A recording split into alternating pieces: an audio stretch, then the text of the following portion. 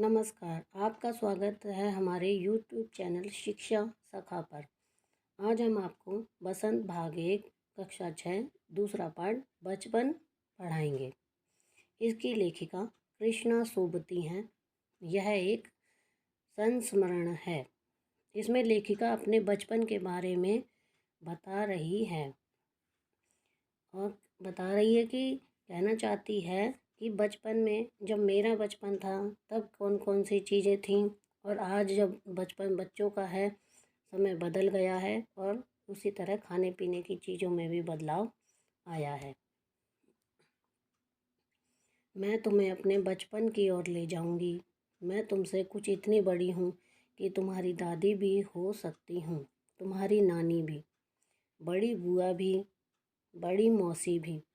परिवार में मुझे सभी लोग जीजी कहकर ही पुकारते हैं। हाँ, मैं इन दिनों कुछ बड़ा बड़ा यानी उम्र में सयाना महसूस करने लगी हूँ। शायद इसलिए कि पिछली शताब्दी में पैदा हुई थी। मेरे पहनने ओढ़ने में भी काफ़ी बदलाव आए हैं। पहले मैं रंग बिरंगे कपड़े पहनती रही हूँ, नीला, जामुनी, ग्रे, काला, चॉकलेटी।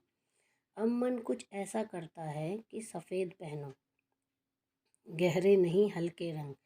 मैंने पिछले दशकों में तरह तरह की पोशाकें पहनी हैं। पहले फ्रॉक, निक्कर, वॉकर, स्कर्ट, लहंगे, गरारे और अब चूड़ीदार और घेरदार कुर्ते। बचपन के कुछ फ्रॉक तो मुझे अब तक याद हैं। हल्की नीली और पीली धारी वाला फ्रॉक, गोल कॉलर और बाजू पर भी एक गोल कफ।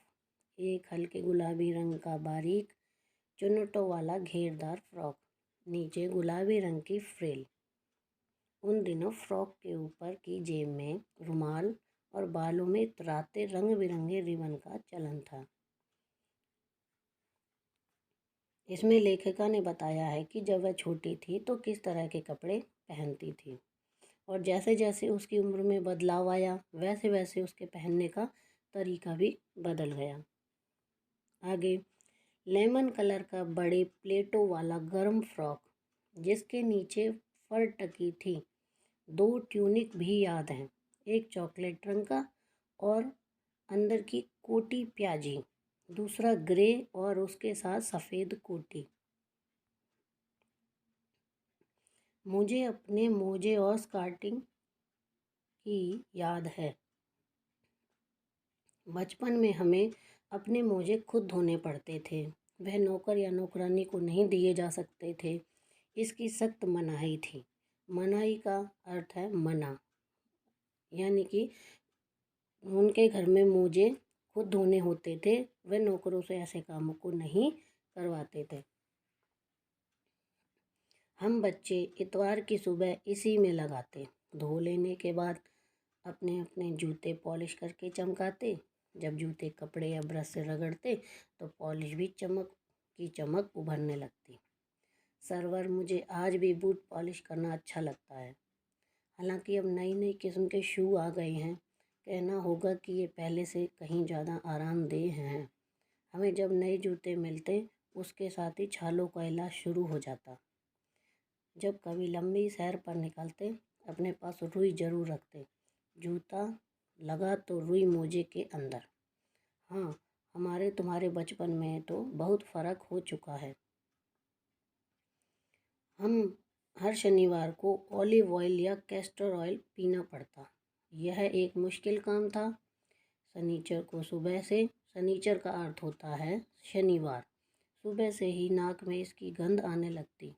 छोटे शीशे के गिलास जिस पर ठीक तरह खुराक के लिए निशान पड़े रहते, उन्हें देखते ही मितली होने लगती।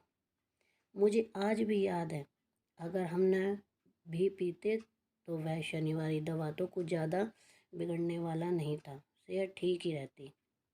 तुम्हें बताऊंगी कि हमारे समय और तुम्हारे समय में कितनी दूरी हो चुकी है। यहाँ तक कि बचपन की दिलचस्पियाँ भी बदल गई हैं। लेखिका कहना चाहती है कि जब हम बचपन में अलग तरह के खेल खेलते थे, अलग तरह के कपड़े पहनते थे, अलग खाना खाते थे, लेकिन आज बच्चों को वह चीज़ें नहीं पसंद हैं। वे कुछ अलग ही खाना, पहनना, ओढ़ना पसंद करते हैं। अब लेखिका अपने बचपन के बारे में बताती है कि उनके समय में क्या क्या था। याद रहे, उन दिनों कुछ घरों में ग्रामोफोन थे, रेडियो और टेलीविज़न नहीं थे। हमारे बचपन की कुल्फ़ी आइसक्रीम हो गई है, कचौड़ी, समोसा पेटीज़ में बदल गए हैं। शहतूत और फालसे और खसखस के शरबत को पेप्सी में। उन दिनों कोक नहीं, लेमनेड विमटो मिलती थी। शिमला और नई दिल्ली में बड़े हुए बच्चों को वेंगर्स और डेविको रेस्तरां की चॉकलेट और पेस्ट्री मज़ा ले देने वाली होती। हम भाई बहनों की ड्यूटी लगती शिमला मॉल से ब्राउन ब्रेड लाने की। हमारा घर मॉल से ज़्यादा दूर नहीं था, एक छोटी सी चढ़ाई और गिरजा मैदान पहुंच जाते। वहां से एक उतराई उतरते और मॉल पर कन्फेक्शनरी काउंटर पर तरह तरह की पेस्ट्री और चॉकलेट की खुशबू मन भावनी। हमें हफ्ते में एक बार चॉकलेट खरीदने की छूट थी। सबसे ज़्यादा मेरे पास ही चॉकलेट टॉफ़ी का स्टॉक रहता। मैं चॉकलेट लेकर खड़े खड़े कभी न खाती, घर लौटकर साइड बोर्ड पर रख देती और रात के खाने के बाद बिस्तर में लेटकर मज़ा ले लेकर खाती थी। शिमला के काफल भी बहुत याद आते हैं, खट्टे मीठे, कुछ एकदम लाल, कुछ गुलाबी, रस भरी कसमल। सोचकर ही मुंह में पानी आ जाता है। चेस्टनट एक और गजब की चीज़, आग पर भूने जाते और फिर छिलके उतार कर मुँह में। चने जोर गरम और अनारदाने का चूरन। हाँ, चने जोर गरम की पुड़िया जो तब थी अब भी नज़र आती है। पुराने कागजों में बनाई हुई इस पुड़िया में निरा हाथ का कमाल है। नीचे से तिरछी लपेटते हुए, ऊपर से इतनी चौड़ी कि चने आसानी से हथेली पर पहुंच जाए। एक वक्त था जब फिल्म का गाना चना जोर गरम, बाप मुँह में लाया मज़ेदार चना जोर गरम, उन दिनों स्कूल के हर बच्चे को आता था। कुछ बच्चे पुड़िया पर तेज मसाला बुड़कवाते। पूरा गिरजा मैदान घूमने तक यह पुड़िया चलती। एक एक चना पापड़ी मुंह में डालने और कदम उठाने में खास ही लय रफ्तार थी। छुटपन में हमने शिमला रिज पर बहुत मज़े किए हैं, घोड़े की सवारी की है। शिमला के हर बच्चे को कभी न कभी यह मौका मिल ही जाता था। हम जाने क्यों घोड़ों को कुछ कमतर करके समझते, उन पर हंसते थे। ननिहाल के घोड़े खूब हष्ट पुष्ट और खूबसूरत, उनकी बात फिर कभी। शाम को रंग बिरंगे गुब्बारे, सामने जाखू का पहाड़, ऊंचा चर्च, चर्च की घंटियां बजती तो दूर दूर तक उनकी गूंज फैल जाती। लगता इसके संगीत से प्रभु यीशु स्वयं कुछ कह रहे हैं।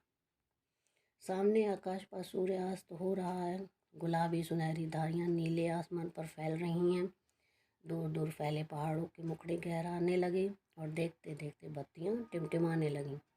रिज पर की रौनक और माल की दुकानों की चमक के भी क्या कहने। स्कैंडल पॉइंट भी की भीड़ से उभरता कोलाहल। सर्वर स्कैंडल पॉइंट के ठीक सामने उन दिनों एक दुकान हुआ करती थी जिसके शोरूम में शिमला कालका ट्रेन का मॉडल बना हुआ था। इसकी पटरियां, उस पर खड़ी छोटे छोटे डिब्बों वाली ट्रेन, एक और लालटेन की छत वाला स्टेशन और सामने सिग्नल देता खंबा, थोड़ी थोड़ी दूरी पर बनी सुरंगें। पिछली सदी में तेज रफ्तार वाली गाड़ी वहीं नहीं थी। कभी कभी हवाई जहाज भी देखने को मिलते। दिल्ली में जब भी उनकी आवाज़ आती, बच्चे उन्हें देखने बाहर दौड़ते। दिखता एक भारी भरकम पक्षी उड़ा जा रहा है पंख फैलाकर, यह देखो, और वह गायब। उसकी स्पीड भी इतनी तेज लगती। हाँ, गाड़ी के मॉडल वाली दुकान के साथ एक और ऐसी दुकान थी जो मुझे कभी नहीं भूलती।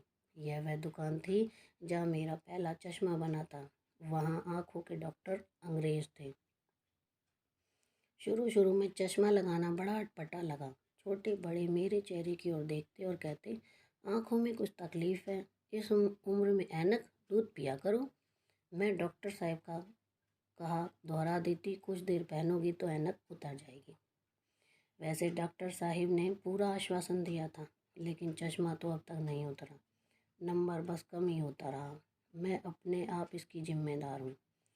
जब आप दिन की रोशनी को छोड़कर रात में टेबल लैंप के सामने काम करेंगी तो इसके अलावा और क्या होगा। हाँ, जब पहली बार मैंने चश्मा लगाया तो मेरे एक चचेरे भाई ने मुझे छेड़ा, देखो देखो कैसी लग रही है। आँख पर चश्मा लगाया ताकि सूझे दूर की, यह नहीं लड़की को मालूम सूरत बनी लंगूर की। मैं खीजी कि मुझ पर यह क्यों दोहराया जा रहा है, पर शेर बुरा न लगा। जब वह चाय पीकर चले गए तो मैं अपने कमरे में जाकर आईने के सामने खड़ी हो गई। कई बार अपने को देखा, ऐनक उतारी, फिर पहनी, फिर उतारी, देखती रही। सूरत बनी लंगूर की, नहीं नहीं नहीं, हाँ हाँ हाँ। मैंने अपने छोटे भाई का टोपा उठाकर सिर पर रखा। कुछ अजीब लगा, अच्छा भी और मजाकिया भी। तब की बात थी, अब तो चेहरे के साथ घुल मिल गया है चश्मा। जब कभी उतरा हुआ होता है तो चेहरा खाली खाली लगने लगता है। याद आ गया वह टोपा, काली फ्रेम का चश्मा और लंगूर की सूरत। हाँ, इन दिनों शिमला में मैं सिर पर टोपी लगाना पसंद करती हूँ। मैंने कई रंगों की जमा कर ली है, कहाँ दुपट्टों का ओढ़ना और कहाँ सहज सहल सुबीते वाली हिमाचली टोपियाँ। ये पाठ हमारा यहीं पर समाप्त होता है। इसमें लेखिका ने अपने बचपन से लेकर आज तक जो उम्र के इस ढलान पर हैं, पड़ाव पर हैं, उन्होंने अपने जीवन के सारे बचपन की यादें बताईं। हम आशा है आपको मेरी वीडियो पसंद आई होगी। आप मेरे चैनल को लाइक करें, शेयर करें और सब्सक्राइब करना ना भूलें, ताकि मेरी आगे आने वाली नोटिफिकेशन वीडियो की आपको मिलती रहे। धन्यवाद।